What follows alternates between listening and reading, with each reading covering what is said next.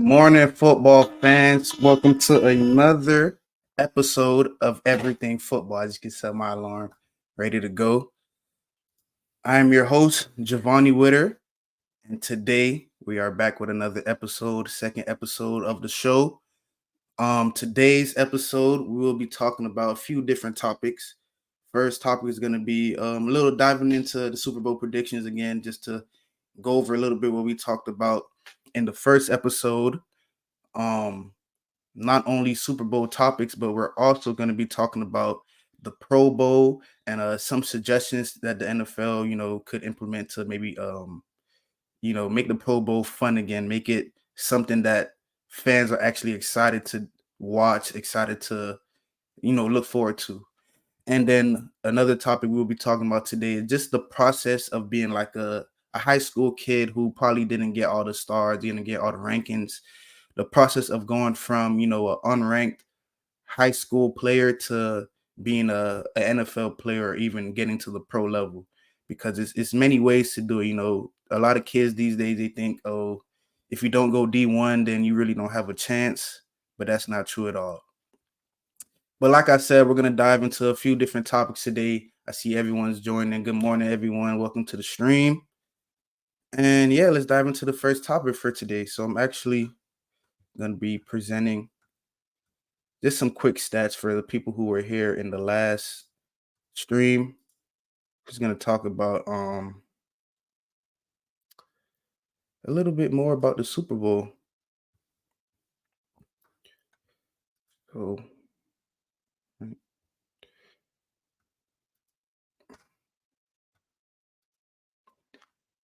alrighty.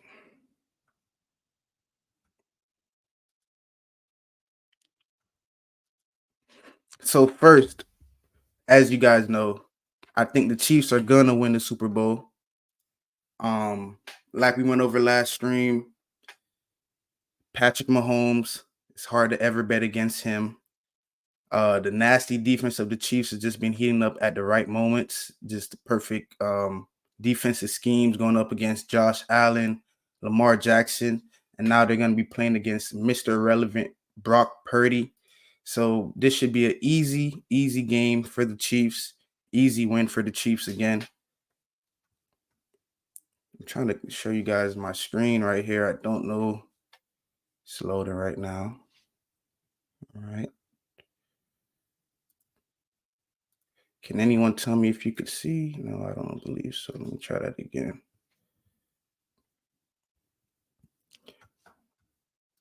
There we go. Chrome. Okay, I'm on a new computer, guys, so it's running some tests. But yeah, so just let me give you some notes of what I'll be talking about today again. Like I already told you, Super Bowl predictions with the Chiefs. You know they're gonna win. Then now I'm also gonna skip our main topics and just if any football fans out there watched last night's NFL honors, I want you guys to let me know your thoughts about it. As you know, Lamar Jackson got the 2-time MVP, bringing it back to Baltimore. You guys know Lamar Jackson, my guy from South Florida. He deserved it, man. I don't think anybody deserved the MVP more than him this year. They had one person vote for Josh Allen. One person voted for Josh Allen. But I think he should have won a unanimous MVP. If anyone saw NFL honors last night, drop some comments in the box. Let me know what you thought. Any snubs, anybody you thought should have received any honors that didn't win it, please let me know. All right, and now I really got to try to get this to show. All right, what I might do. Let me see if this works.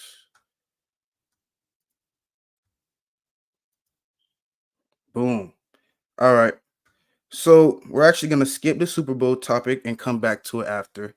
And we're going to dive right into the Pro Bowl. All right. So as you guys see on your screen right here, This is a clip of the Pro Bowl back in the day, and it's showing the quarterback longest arm challenge. All right. This is something that the NFL needs to bring back. The Pro Bowl for the last 2 years has been trending downwards. Not many fans are watching it. They put flag football in, not a lot of fun games, and it's just, I feel like the Pro Bowl is being wasted.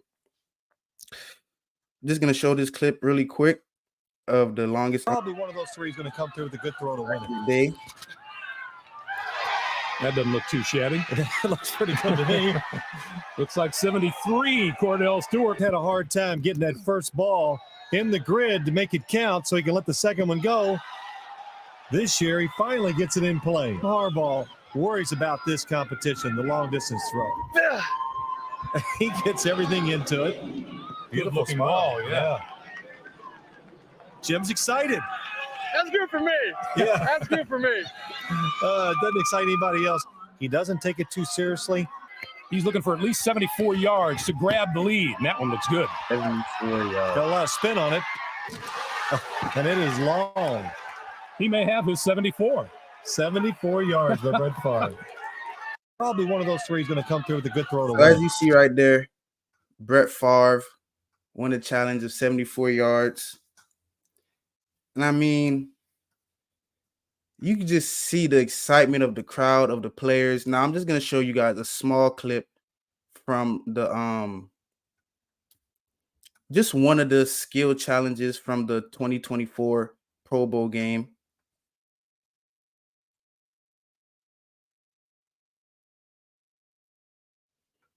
Now, this challenge that I am about to show was actually one of my favorite challenges from the Pro Bowl games that I hope they do keep and implement, but we're gonna have to find a way for the NFL to have like these fun little skill challenges, but also bringing back the things that the fans enjoyed growing up and watching the Pro Bowl their whole lives. The player that catches the most footballs earns 3 points for the conference. And like I mentioned before, they start with 2 footballs in their hands, and then they got to try to catch more. We'll see who can do it. But I got to say, Swagoo, you're somebody who can catch with the best of them. You got to stop saying nice things about him. Why? I don't want to say nice things about you. Oh, God is good, man. Oh, yeah. This Miles Killebrew getting it started for the AFC. We started with Miles Killebrew. He is focused.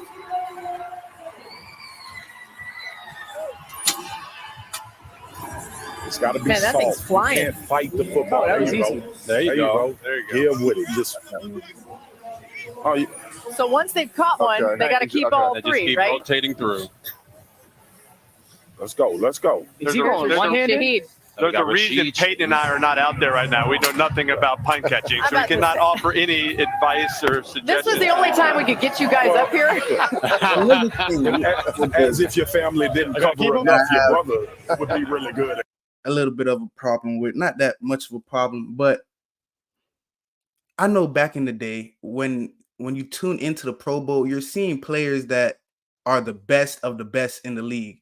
Nowadays, it's like so many people making a Pro Bowl aren't even on the all-pro team. And it's like, I thought these guys are the best of the best. Or is it a popularity contest? I don't know. You guys drop that in the comments for me. Here's Denzel Ward, the AFC side, the Browns cornerback. It's interesting. You're seeing some guys, Robert, try to hold the footballs in one hand and catch with the other. Some are holding the Denzel. Can't let it get away from your body. He can play man-to-man, but he can't play off the jugs. How big could our lead be before we even get through the game? Relax. But yeah, to your point, most of the guys will try to hold them in one hand so they have that other. To have an extra hand, yeah. And then pull it to the body, They right? got to keep their chest in front of the ball when you talk about catching these things. You're tall. You made that look easy.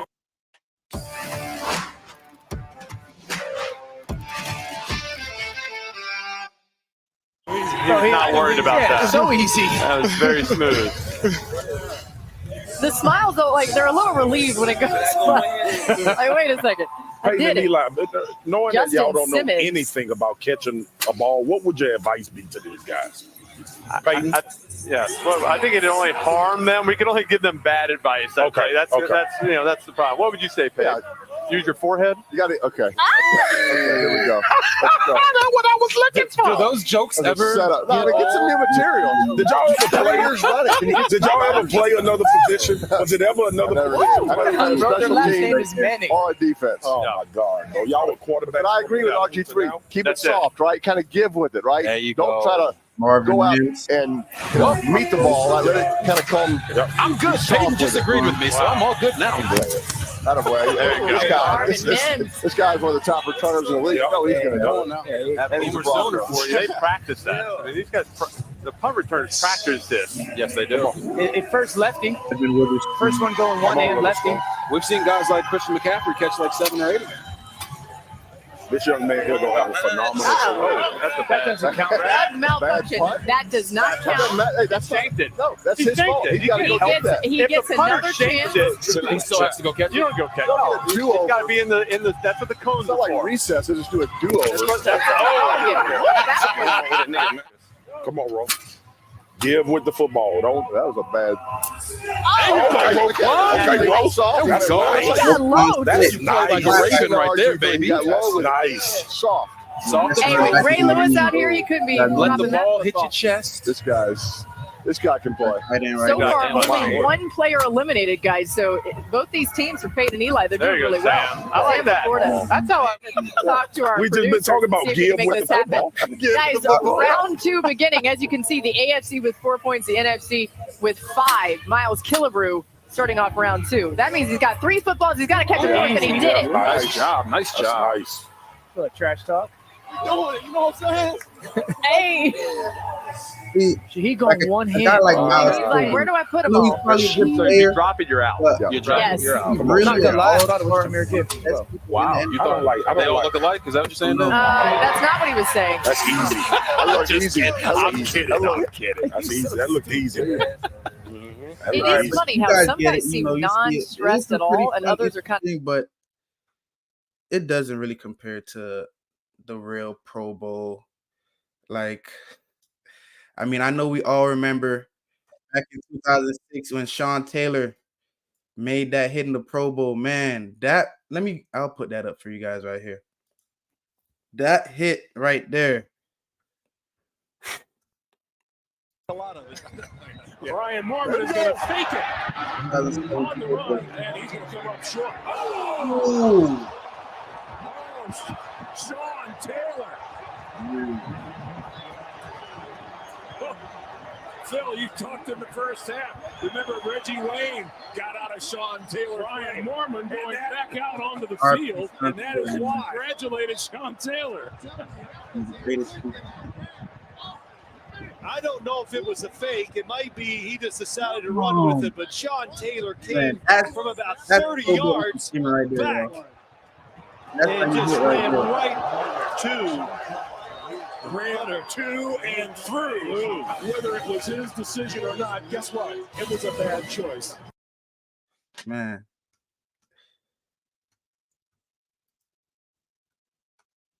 That was.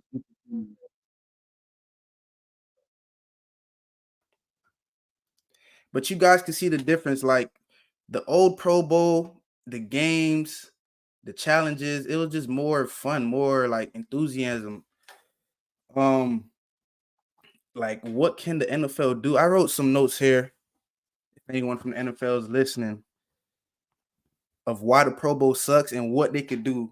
So first off, I think to help make the Pro Bowl better, you need to stop with flag football. We play tackle football. It's professional NFL football. Like, I understand we want, like, they had, I don't know if anyone know, but even at the halftime game, they had like young kids playing flag football, like a national tournament. That is what we should be watching. But as far as the NFL players, they need to be out there in full pads, tackling, hitting. I know we want to protect the players, and I know the game isn't like that important, but if that's the case, maybe we should like do a third place game instead, like have the 2 worst or the teams like the Ravens and the Lions. They should have just played to see who came in third place. Or if you don't like that format, maybe just add more incentives for the players. So like for the players who actually make the Pro Bowl, maybe fully guarantee their contract for the year. Or, if they well, they already have that, but if they win the game, maybe like a huge bonus, because this could help ensure not only the players have something to play for, more will to play, but also that now, since there's more money involved, you got to make sure the better players are actually playing in the Pro Bowl. And last, like, we should have the Pro Bowl in Hawaii every year. I think that's something the players want. A lot of players from Florida having it in Orlando. It was a pretty good turnout this year, about 50,000, 55,000 fans in Orlando. But at the same time, it's like, it's Orlando, man. Not many people are super excited to go to Orlando. At least me, I'm from Florida, so I would more be excited to go to Hawaii and travel to, the West Coast than to be in Orlando.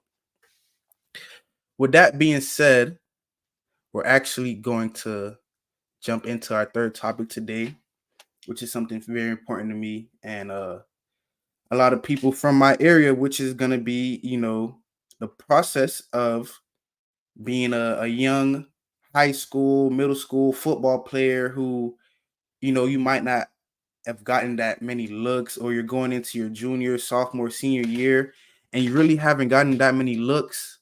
And, sometimes it could feel like, man, is this what I want to do?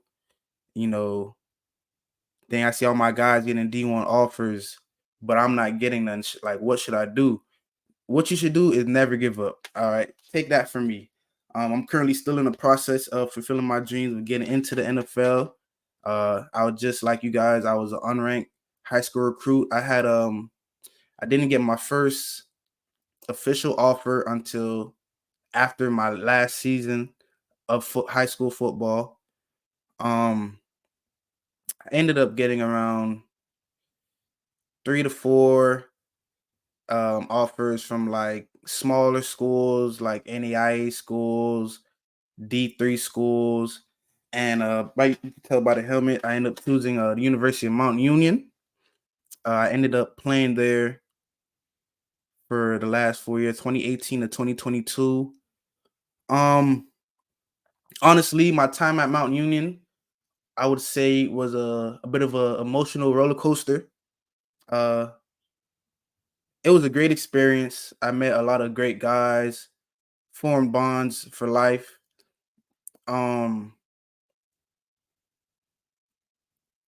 But at the same time, it's like when or when you feel in your heart that you're destined for greater, or you have something bigger planned for you, you always have that little feeling like, man, I should be doing more. I could be doing more. But at the end of the day, you got to control what you could control. So I just did what I did with my opportunity, and God blessed me that I was able to get a professional arena football contract to further my playing career. And right now, my steps after this is to ball out during my arena season, have the best year I could possibly have, and get to the next level. Try to get into the NFL from there. If it doesn't work out right away, try to get into the CFL or the UFL, and then get into the NFL from there, because there's so many ways to make it, man. A lot of people think it's just one straight path, D1 football, NFL draft, into the NFL, but every year, time after time again, you're seeing like these players come out with just some incredible stories. And I use that as motivation, man. I use that, and I hope like the younger generation also uses it as motivation to keep going and keep pursuing your dream. So actually what I'm gonna do, I have a few of my highlights that I'm gonna play and dissect with you guys. Still waiting for the 49er stuff to load. But let me go ahead and share my screen for you guys right here.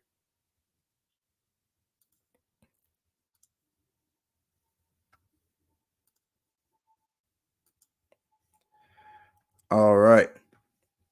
So what we got on the screen right now are my highlights from my senior year of high school. Oh, sorry about that.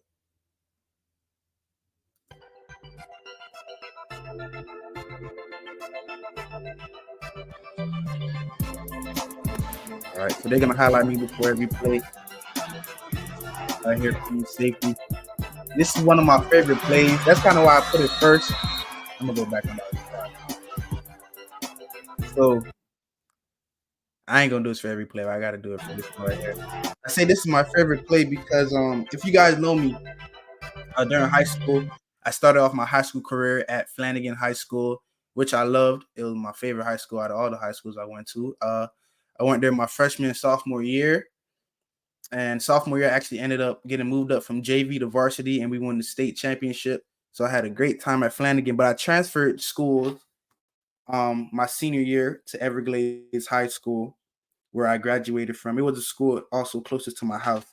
But one of the first games of the year, we ended up playing Flanagan High School at Flanagan High School. It was a pretty good crowd. Both teams, I'm not going to lie, both teams were on the come up. We really weren't that good trying to get back to, Flanagan was trying to get back to where they were. Everglades trying to make a name for themselves. And it was just so fun playing out there with like your teammates from your old school, man. So when I caught this pick right here, I seen it the whole way. Went there, got it. When I get out, I'm just looking at the crowd. Like, yeah, man. Yeah. Allendale High School.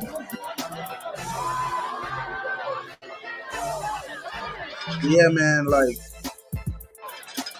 that's really cool.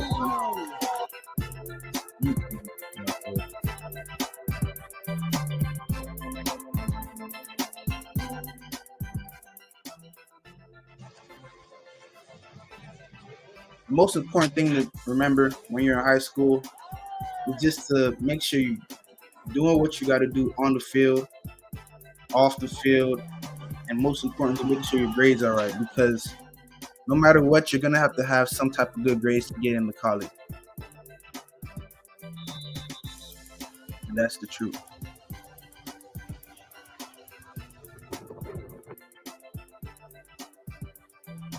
I remember, man, during this time, right when these videos are playing in high school, I didn't have any offers at the time. I was just going out there every play, every day, grinding. And even I know a lot of you guys too, you might not be on that good of a team. You might be, personally to me, I was one of the best people on my defense this year. And sometimes in life, you're going to be on those teams that your team isn't that good. But if you're a guy in high school, you want to get to the next level, you got to remember every single play that camera is on, it's like a job interview. It's a chance for you to put it on film, a chance for you to make a college coach know you. So you just got to take that into account. No matter what the scoreboard is, you just got to go out there every day, every play, and give it your all.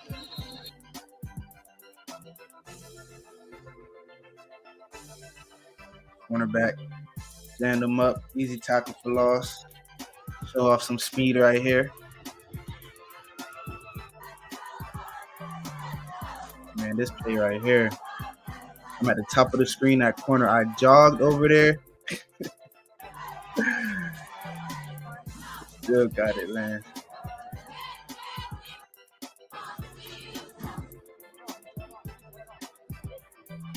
Okay, Flanagan again.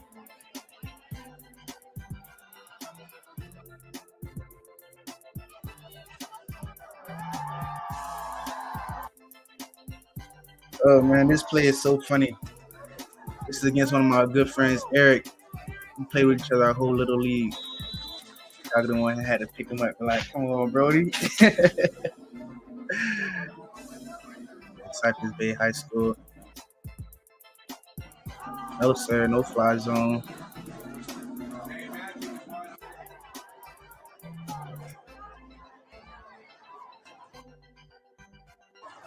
This was against the school. I went to 3 different high schools during my time in high school as well. I went to Flanagan High School, Westboro High School, and and Everglades, sorry.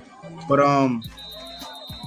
actually ended up my senior year of high school. I ended up playing against both of my former teams, Flanagan and Everglades, which was it was fun because like going against like people that you're familiar with, you practice with every day, you grew up with really, and now having to play against them in football, man, it's really interesting. But I ended up beating Flanagan, and we lost to West Broward, which I was upset about. But I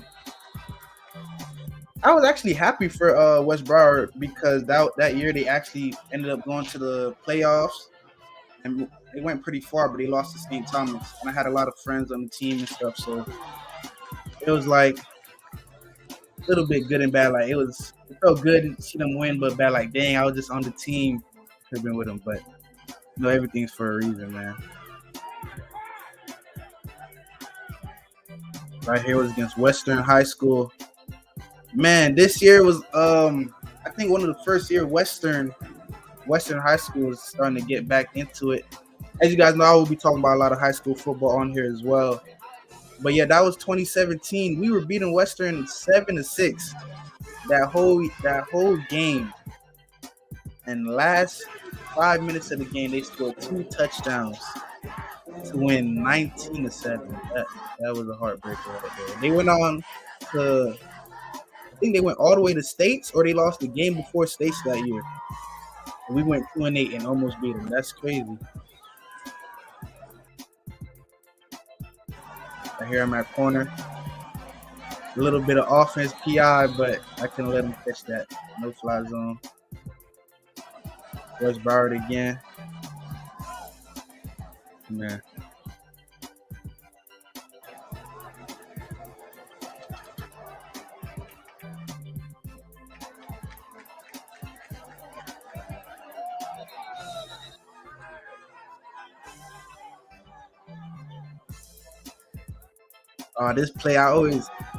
This play, looking back, and that just shows like how the older you get and the more knowledgeable you get in anything in life, but like in football, like how your football IQ goes. Because back in the day, I always thought that was such a good play.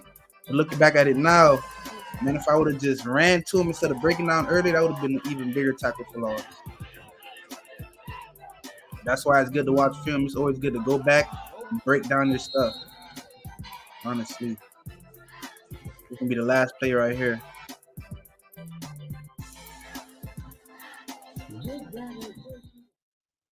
All right, boom. All right, so as you guys can see, that was my high school highlight tape. That was really just my senior year highlight tape. But now I'm gonna show you my senior year of college highlight tape. You guys let me know what you think. How was the level up? 1 second. There you go. Put this in full screen. Thank you, GC.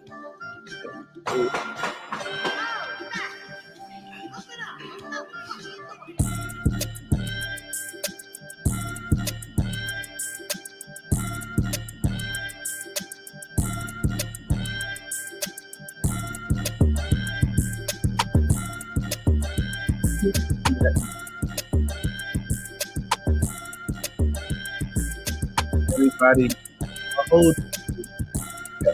gotta run that play back. Every time I see that play, I just remember all my teammates laughing. I love this too. I put it first. It was on ESPN. My first time playing on ESPN. And this play right here, always put on quarterback at the high. Oh man.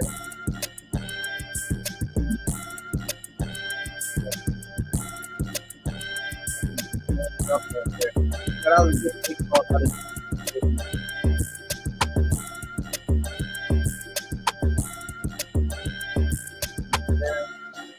let it all the way.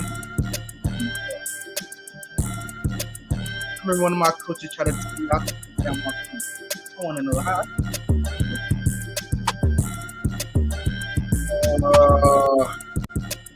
Marcus sold me right here. You don't blame it on me.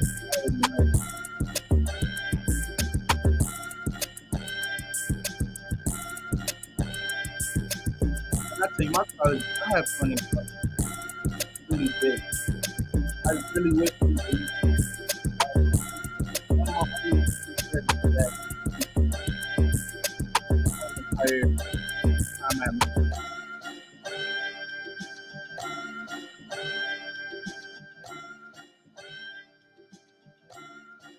was my only regret.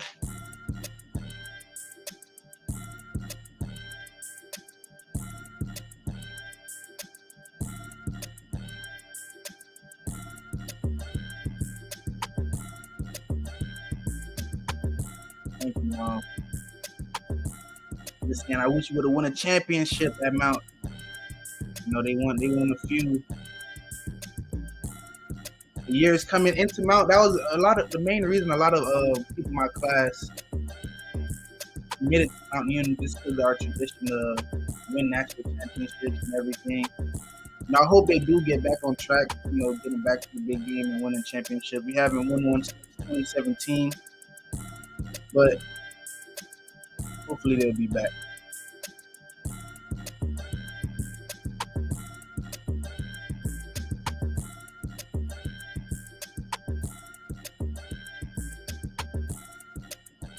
Every year, I just try to elevate my play. Everything that I do. It's one of my favorite plays right here too, man. Take on the block, beat it, get the running back.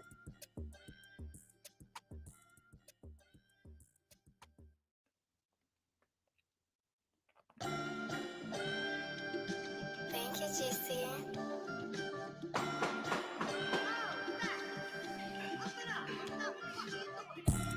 Watch number 4 on every play. I'm gonna be there. I'm gonna make some type of noise. My goal for me this upcoming season, y'all, I just want to have fun everything I do, every second, every practice, every game. I just want to go out there, have fun, enjoy it, make the most of the opportunity. That's all it is. You guys got to remember that. You know, growing up, especially when you start getting to college, O level, you know, you start getting a little, you know, things get more serious, but you gotta remember it's still a game. It's still something that you love doing. Something that's supposed to be fun for you. Never let coaches take away your love for the game. Because the older you get, the more you realize that a lot of politics, especially when you get to higher levels, you know, college and the pros, a lot of politics that goes in.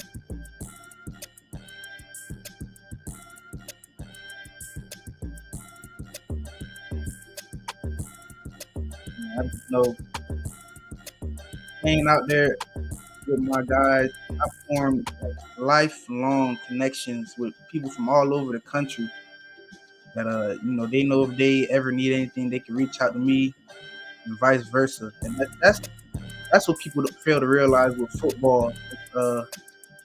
It's really about the connections that you make, people that you meet in the game. You know, football is one of the most diverse sports, I think, in the world. You know, you got kids coming from the inner cities, playing with people from, you know, Royal, Ohio, who, you know, never really seen black people before. And it was fun being around all different forms of people, and we all just love each other, form a brotherhood, and like that's what it's all about at the end of the day.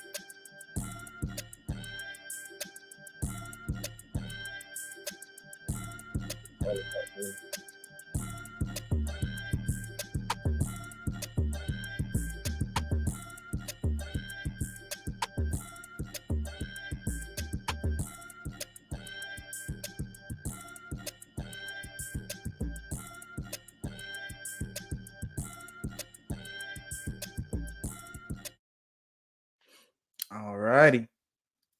I've worked at some of the largest retailers on the planet. You think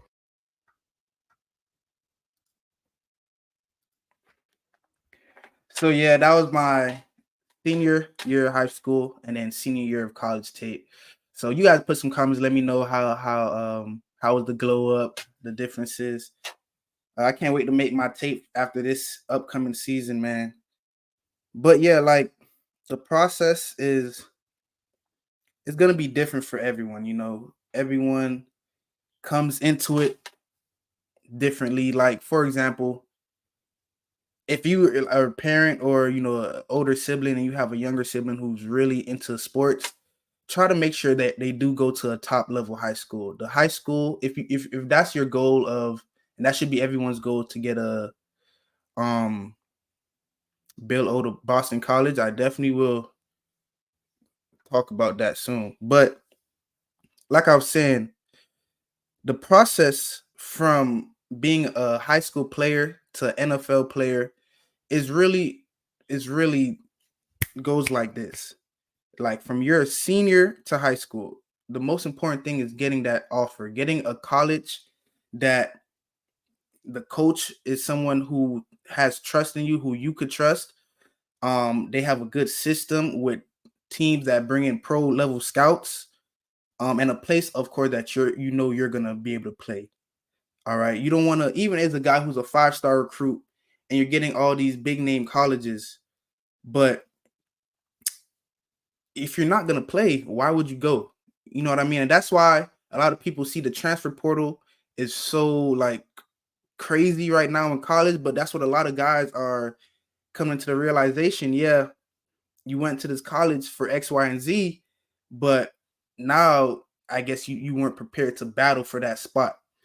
And that's where a lot of kids sometimes they kind of get lost or they kind of lose hope. But if you already know that's going to be part of the process and you're going to have to battle, it just makes it easier for you. So same as just I'll put it into my point of view.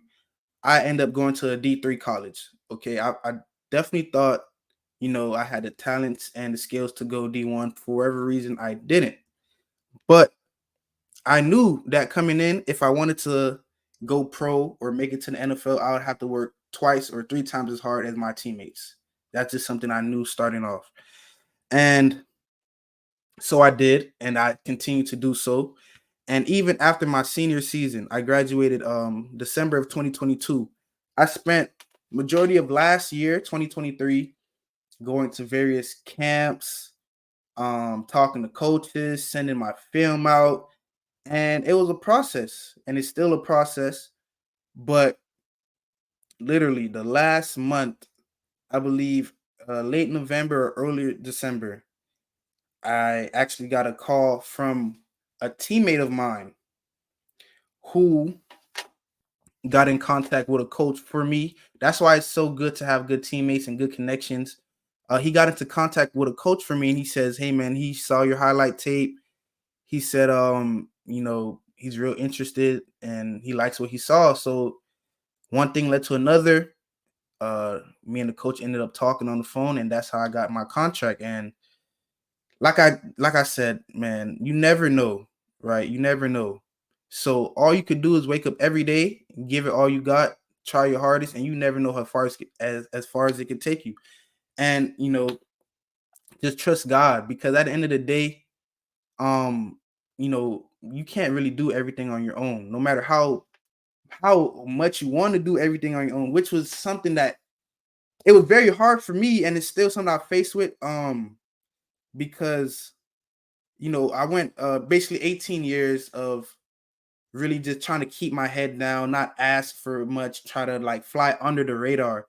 But you have to put yourself out there, all right? You have to not be afraid to make mistakes, not be afraid to get made fun of, because yes, that's so true. Like my aunt, like Melisha Williams just said, networking and building relationships is extremely important. How are you going to network and build relationships if you're scared to break out of that box, if you're scared to actually go out there, make a name for yourself, and just trust in yourself as well? because you got to have confidence in yourself if you ever want to make that move to the next step. So that's just my advice, and just a little bit of what I feel like how the process could go from like an unranked high school guy to making it to a pro player. And I'm also gonna have my teammates, another arena football teammate of mine, and my teammate from college come onto the stream on Monday, and we're gonna talk a little bit more of how they feel the process is for them, because everybody has a different opinion on it. All right, but let me get to this question here by Kaylin. Talk about Bill O to Boston College. I definitely will do that right now. All right. I'm not going to lie to you. I'm not the biggest Boston College fan.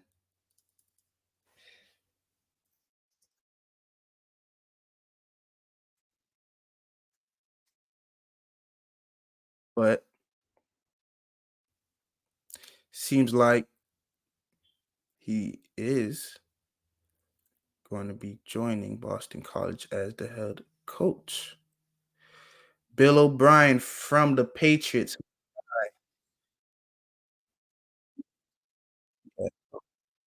Sorry.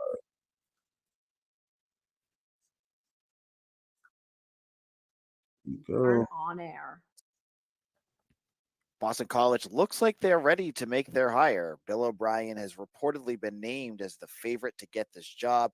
Many reports look like he's going to get the job. This is a great move for Boston College. Comes and jumps in and puts a wet blanket on all of it. Bill O'Brien, my guy from the Locked on Patriots. Boston College, your daily podcast on the Boston College Eagles, part of the Locked On podcast. Boston College is your team every day. They've been on the come up. They've been on the come up the last few years. I was really impressed with their receiver Zay Flowers. Year here at Baltimore Ravens. He had a great rookie year. Sadly, it seems like he's in a good evening, everyone. This is AJ right now. Special episode. So no, I'm not gonna speak much on the hope everything works out for him. But editor of Eagle Insider. He is a great. Today's episode is great brought receiver. to you by FanDuel. Make Let's every see what they moment got more. To say about FanDuel. Bill O'Brien. Spend with every $200 in bonus bets. If you spend $5 and win on your first bet, visit FanDuel.com/locked-on to get started.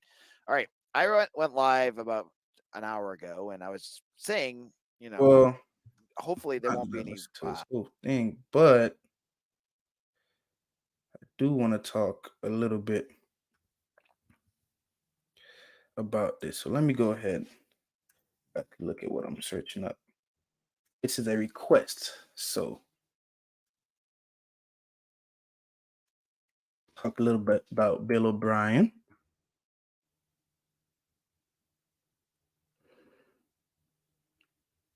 As you know, he was the head coach of the Texans.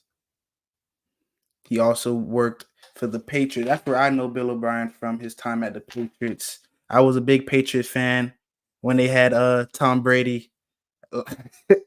My stepdad likes to call me a bandwagon because I'm no longer a Patriots fan. But nah, man, Bill O'Brien, he has a pretty great coaching career, actually. Coach at Georgia Tech, Duke, Alabama. Yeah, I think, it's more than just the coach now. But with Bill O'Brien going to Boston College, they're in the ACC right now. I think that's a good step right there for Boston College. Obviously, they're going to have to get some guys from the transfer portal, start to get some higher recruits to actually be a real contender in the ACC. Last year in the ACC, you had Florida State winning it all, undefeated season, snubbed out of the college football playoffs, which was really bad for a lot of people. As you can tell by the shirt, I am a Florida Gator fan and I'm an Ohio State Buckeye fan. I know it's a little weird, but Urban Meyer connection. But for Boston College to really take that next step, I believe it's going to be more than just Bill O'Brien. They have to bring in obviously some more, and which I know Bill O'Brien will bring, but some more offensive coordinator guys, some defensive coordinator guys. they're gonna have to really try to defeat those bigger ACC opponents such as Florida State's, the Louisvilles, teams like that. I'm actually gonna research. Let me add this right here. Let's see Boston College's record last year.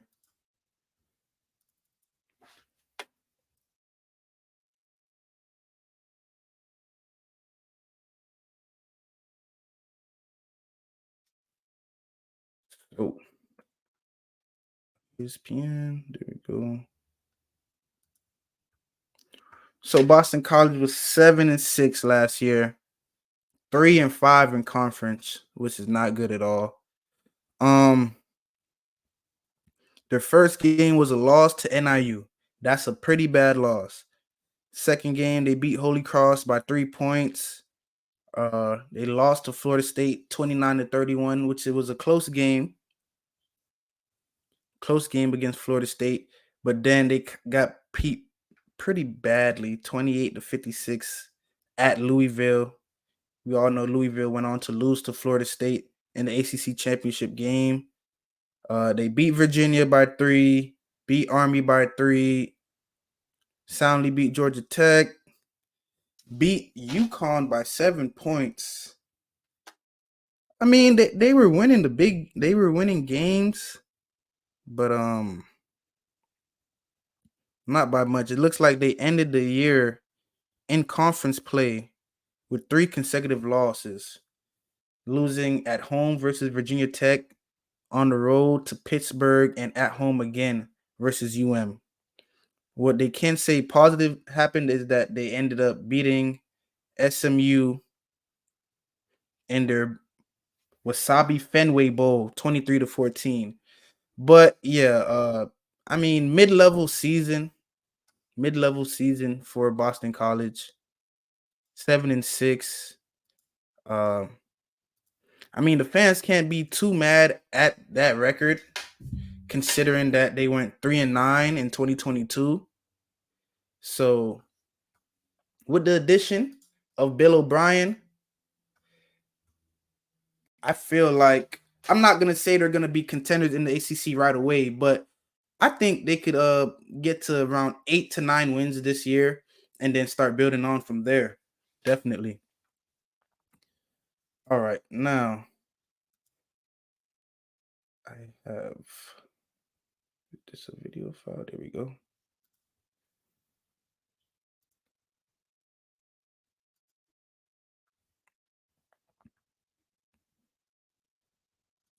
Now, the video I'm gonna bring up is just from last night, the NFL honors. It's gonna be Lamar Jackson accepting his MVP. And I'm gonna put, man, I'm really happy and excited for Lamar. As you guys know, Lamar Jackson, this is his second MVP. A lot of people didn't even think he would win one. So let me show you this one.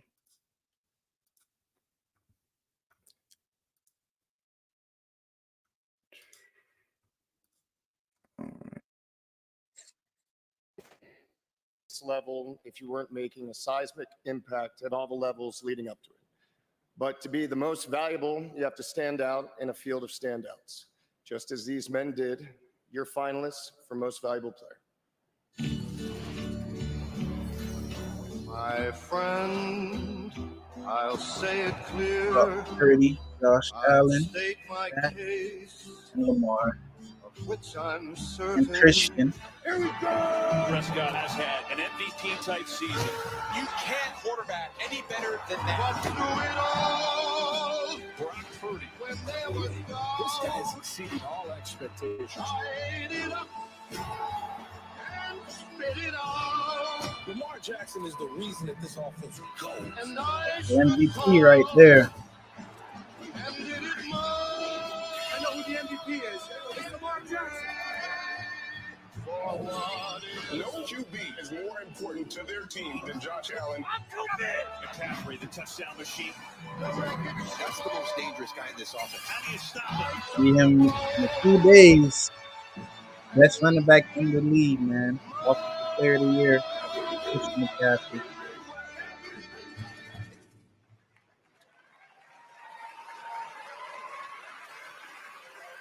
And the 2023 AP Most Valuable Player presented by Invisalign is Lamar Jackson.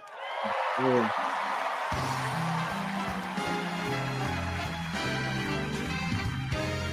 He deserved it, man.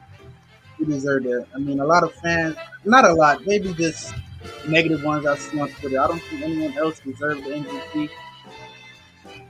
No one did more for their team. No one's more valuable to their team than Lamar. He's literally the most valuable player. First and foremost, I want to thank my Lord and Savior, Jesus Christ. Amen. Without him, nothing is possible. I want to thank my organization, Baltimore Ravens, for, finally getting this deal done. Shout out to Eric, shout out to Steve, Coach Harbaugh, the whole unit. My offense, man, my offensive line, man, I can't thank them enough for what they've done. I'm not out there blocking, catching the ball, doing everything, it's my team. It's a team thing, for these awards. And, I want to thank my family at home. But you guys have a great night, and that's all, folks. Sure. Man. Lamar deserved it. Lamar deserved it, man. For real. Second time winning it. It's just amazing. But now, as you guys saw where they were showing the little previews, the 49ers had two MVP finalists, Christian McCaffrey and Brock Purdy. They think that, well, we'll see Sunday, but let's see if those two could make the difference in the game. I'm just going to bring up some stats here again. I tried to bring it up to my computer. It's not working, so I'll just read it off my phone. Christian McCaffrey, he's the offensive player of the year, best running back in the NFL. But the Chiefs have a good running back, Isaiah Pacheco, all right? Just going to read their stats. Both of these guys averaging over 4 yards a carry. Christian McCaffrey is 5.4. Isaiah's at 4.6, all right? They both have double digits runs for 20-plus yards. Obviously, McCaffrey's on a different level. He has 19 rushes of 20-plus yards and 14 touchdowns. But that plays into the strength of the Kansas City defense, all right? Not only that, but the 49ers defense, haven't really seen a physical running back like Isaiah Pacheco, all right? Isaiah Pacheco, he runs angry. He runs like he's just mad at the world. And on Sunday, we got the Kansas City Chiefs defense versus the 49ers defense, which has the best D-line in NFL. But when you look at the stats, defense versus defense, Kansas City, they have 57 stats, 57 sacks versus the 49ers, 48 sacks, all right?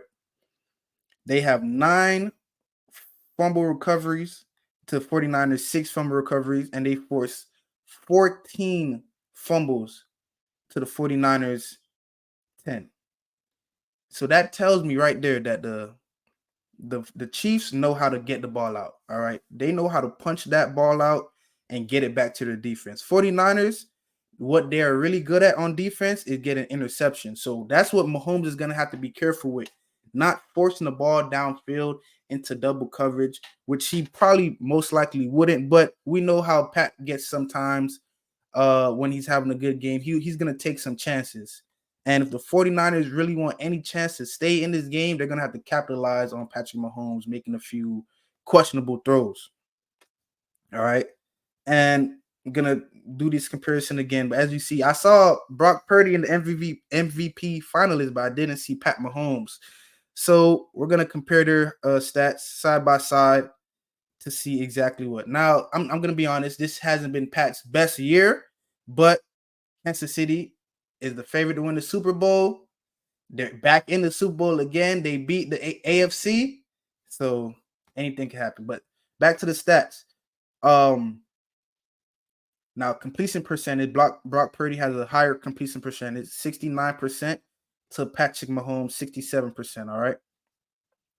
Not only that, Patrick Mahomes has less touchdowns and more interceptions than Purdy. But this is why I'm a big guy of football matters more than just stats. Because anyone, a person who really doesn't know much about football, you'll look at these stats and you'll think, man, Purdy's just such the better quarterback. But that's not how it is. Swain, you think 49ers going to win?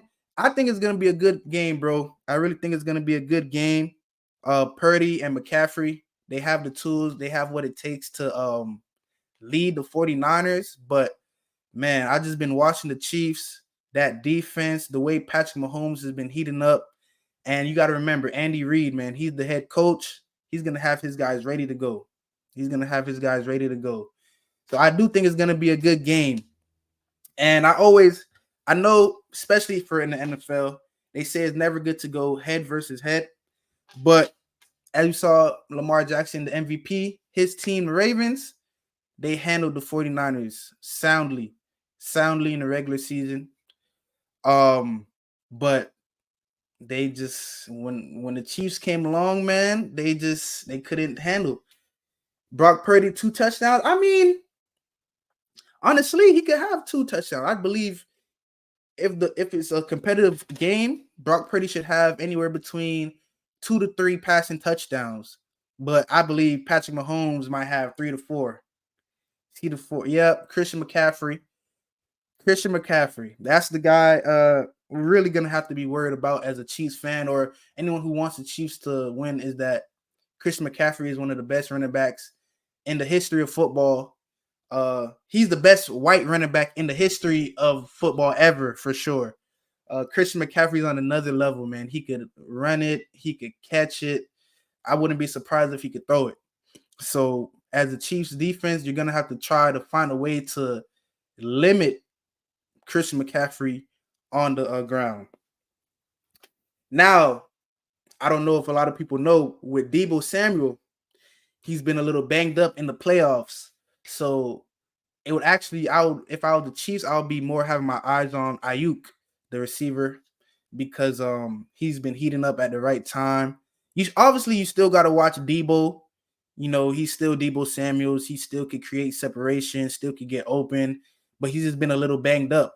And the Chiefs, like I said, their defense, not only their defensive line, but their DBs, they did really, really good in limiting the Ravens receiver core. I know he's gonna be good for the game, man, but I don't know. He's not 100%. 100%. Yes, sir. Thank you for the sub. But yeah, guys, about a minute left on the stream. If any guys have any comments, anything you guys want to share, thank you for tuning in again. As you guys know, I will be back on Monday at 11 a.m. Swain, bro, and me, you could talk more about what the 49ers didn't do enough to win. Or if they did win, we're gonna see what was I wrong about how they actually did win the game. But man, I'm excited, man. Super Bowl Sunday finally here, coming up. Just recap what we went over. Got the Super Bowl coming up. The Pro Bowl is not that good. We need something has to happen for the Pro Bowl so we can get it back to the glory days. Maybe get back to going to Hawaii, a little more incentives for the players. And last topic is just, as an undrafted, unheard of high school kid, your dreams are going into the NFL. Just keep going. If you didn't get any offers, go ahead, walk on somewhere. Go to junior college. Get your college film. Go do a pro day. Go to tryouts. Just keep going, because at the end of the day, the sky's the limit, and no one can stop you but yourself. But that's all for today, folks. Thank y'all for tuning in, and I'm out.